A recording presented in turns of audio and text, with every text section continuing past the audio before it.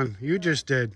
No. I got it on video. You did? I did? Yes, yes. I did not step on that, did I? Yes, you did. No, I didn't. I went over it. Well, we'll have to look at the video evidence. Yes, you're on. You bet on, dear. You look Okay, beautiful so- today. Huh? You look beautiful, by the Oh, I way. do? Almost as beautiful as your gardens. Well, I don't know. I got a lot of competition. You are the greatest ever. Stop it. So, yeah, we actually got a lot of slack for our little bickering episodes, which are all, by the way, just in the moment. We're sarcastic to each other, so if, for all of you that got offended, just know that it's stressful sometimes during gardening season, and if you've never been annoyed at your partner, you probably don't have a real marriage. I mean, it's just how it works. Well, hey, you know what? We're just trying to do a little something different, too. You know, try to add a little excitement, that's all. Yes, and honestly, it's real life. I mean, if my last video, I was out there pushing a wheelbarrow with plants. I'm literally running. It's sleeting and snowing and everything, and I was doing it myself. And you would think the normal thing would be to, you know, have somebody help you instead of film you. So that was annoying. But and I'm entitled to crank about whatever I want to crank about. But I'm entitled to be annoying too once in a while. Thanks. well, that's a good thing because you got that down pat. Good. Anyway, so let's get on. So this morning, it's like a beautiful day.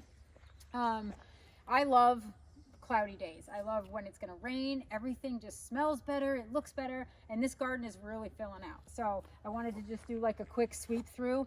If you like look down the garden, there's like a few things that stand out. Mainly the bright lime plants, and we're going to get to those.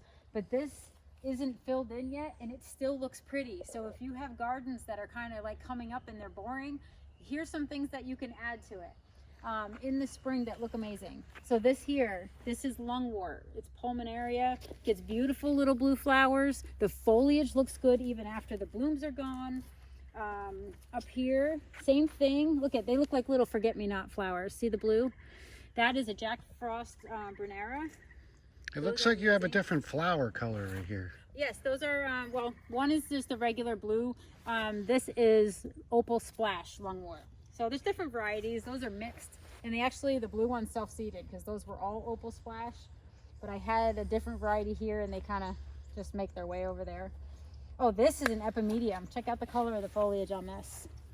Gets cute little like spider-like flowers. This one is called Spring Wedding. I got 3 of those, hoping they would kind of drift together, but I got clump forming ones. So literally they come up in a clump just like I planted them every year. So if you're going to get one that's sort of more naturalizing and spreading, because I think it looks better than that. What else? I have some Hot Kiss hosta coming up. I'm going to do a hosta video coming up soon once these are all sort of up and leafed out and looking their best in spring. But that is one of my favorite hostas. If you're going to add one, it's gorgeous. Not the fastest grower, but makes a big difference. And then one of the ultimate standouts, Bleeding Hearts. Everybody knows Bleeding Hearts. Usually they have the green foliage. This one has yellow, lime, the brightest foliage you could have, and it's beautiful flowers. Same pink little heart flowers that everybody loves. What's that called? A bleeding heart. What's the deal with the names of these flowers and plants in your garden? Sounds awful depressing. Yeah, I don't know. They are, right? You got bleeding heart, lungworts.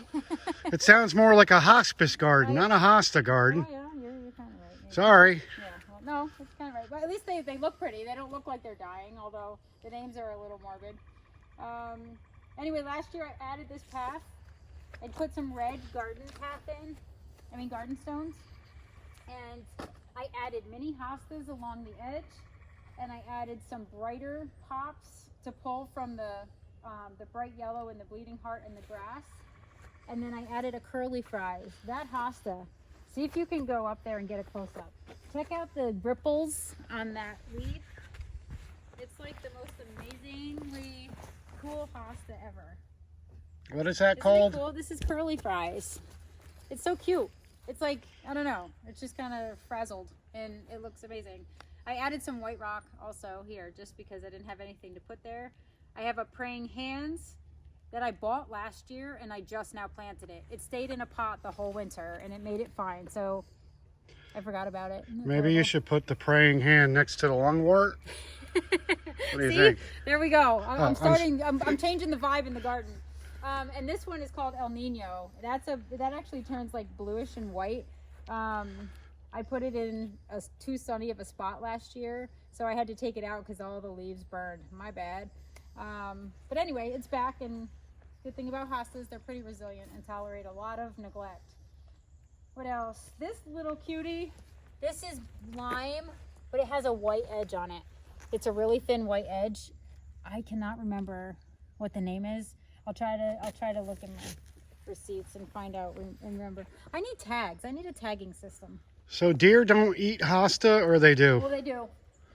This is a buffet. This is like the all-you-can-eat master buffet. Does that mean you're going to have to spray that stinky stuff on it again? That's what it means. Great. I can't do it now, though. It's going to rain. Watch out, watch out, watch out. I got it. You stepped literally right in between one. Boy, Well, we'll have to view the videotape, mine and yours. Luck is with you. All right, so anyway, tree peony there. I have some columbine underneath, peonies, lots of stuff going on in the spring. Here it looks really bare, but if you do like a close-up, you'll see those are all the Japanese painted ferns that are coming up. And there's a couple over there that are leafing out a little bit. I know it's hard to get in there, but those fill in so pretty, and they're silvery with like a maroon in there, and they just look good all year. They don't flower, but they look amazing, especially when you pair them next to something bright. And then the giant elegans, you know that huge hosta from the pictures of my shade garden? That fills in that whole area. As a matter of fact, this little grass right here is gonna have to get taken out because it's just gonna get covered. Anyway, what else? We have heuchera. These are coral bells. That one is beautiful, multicolored, and reliable. I don't know if anybody else has had trouble with heuchera, but there are some that you plant them and they literally, they either don't make it, or they heave out and they end up drying out and never coming back, or doing just nothing in the garden the next year. But these are very reliable. This one is Purple Palace. That's an old but good. It's a reliable variety. Another plant that really stands out, I mean, other than these gorgeous little daffodils. I mean, look, I have all different like kinds in here. But anyway, number one plant I get asked about in my shade garden videos is this one. This is a Russian comfrey called Axminster Gold. Usually Russian comfrey is invasive. It kind of takes over. And the plain green variety, if you've ever grown it, you know what I'm talking about. That one is a clump forming. It behaves, it looks beautiful, and it gets 2 to 3 feet tall. It gets these little bell flowers at the top, and you can cut off the flower stalks and it regrows beautifulily. It kind of rejuvenates itself mid-season. So that's an awesome plant to add if you can find it. I have some daylilies, ruby spiders, and some other variety that just found its way under there. I noticed last year in the pictures that I had this sort of pinky burgundy one that just came out of nowhere. So that's exciting. I have a grass, standing ovation, that is not standing or doing anything at the moment. So I hope it makes it. But anyway, tulips. These are the only variety that's ever come back for me. I planted these. I have 3 sections. One there, one here, and one back there. And every year I get more plants and more flowers. And I've planted thousands of tulips. Those are the only ones that come back without having any special care or maintenance. They just love it in there. I guess they're not yellow after all. Not afraid to come back to these gardens. No. What else? Japanese maple is just starting to leaf out. I added, so this end of the garden got a revamp last year. I kept the grass because I like that grassy, the texture and the repeating patterns. But Brian and I actually dug this tree peony out where the grass was. It was behind there. It was crowding things. The daylilies weren't getting any sunlight. So in the mid-season, like mid to late, I want to say September, but I'm not sure, we dug this out, roots and all, like really wide. It had already made the buds for spring, and every single bud is like making it. So, I think we started it in September and then we finished it by the end of September. It felt like it took forever. Possibly. I had some deep roots. Yes, and they're pretty brittle, so you can't just like pull that out of the ground because they literally will all just snap off. So that took a long time to dig out. Plus we did it at the worst time ever, but I really wanted to get this revamped and set early in the fall so that it could put down more roots before the end of the season and before winter.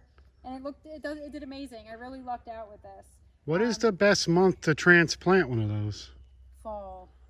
Like for us in 5B, somewhere between late September and October, prime time, because you still have a few months before the ground really freezes, and it can stimulate root growth for that year still. I have a gorgeous, this is Henry Eye clematis that's growing up the bird post. That's a new addition. And a hydrangea that blooms on old wood that actually had the buds survive our late snap there, our cold snap. So if this flowers amazing, I'm doing like a whole month of bloom on this because it's never happened. We always end up losing these freaking hydrangea buds to the late frost, and it's annoying.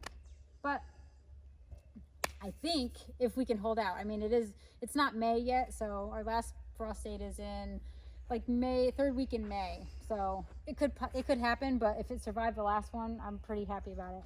And then the other thing I did was I took out those tall pink cone flowers. I had cone flowers that ended up being like 3 feet last year, and I don't know why. They were normally small, but I put this beautiful blue sedum in, and it is gorgeous. I love the color next to the lime. Look at it. It's just like a bluishy silver, and they are low maintenance. Honestly, they don't even like to be fertilized. I probably didn't even have to do that.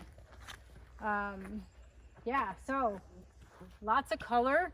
It's early. It's not even May 1st yet, and the garden this garden always fills in nice. It's got color even before blooms and shrubs and everything leaf out. So if you're going to add things to a shade garden to make it pop in the spring, definitely pick some limey things, like the grasses, the Hookera grass. You can add the bleeding hearts, you can add lungwort, you can add heuchera. All of that stuff just makes such a pretty garden before it's even leafed out and ready to go. So I hope this gives you some ideas, and I can't wait to show you what it looks like in a couple weeks even. I'm sure it's going to look as beautiful as yourself, honey. Oh, you're so sweet.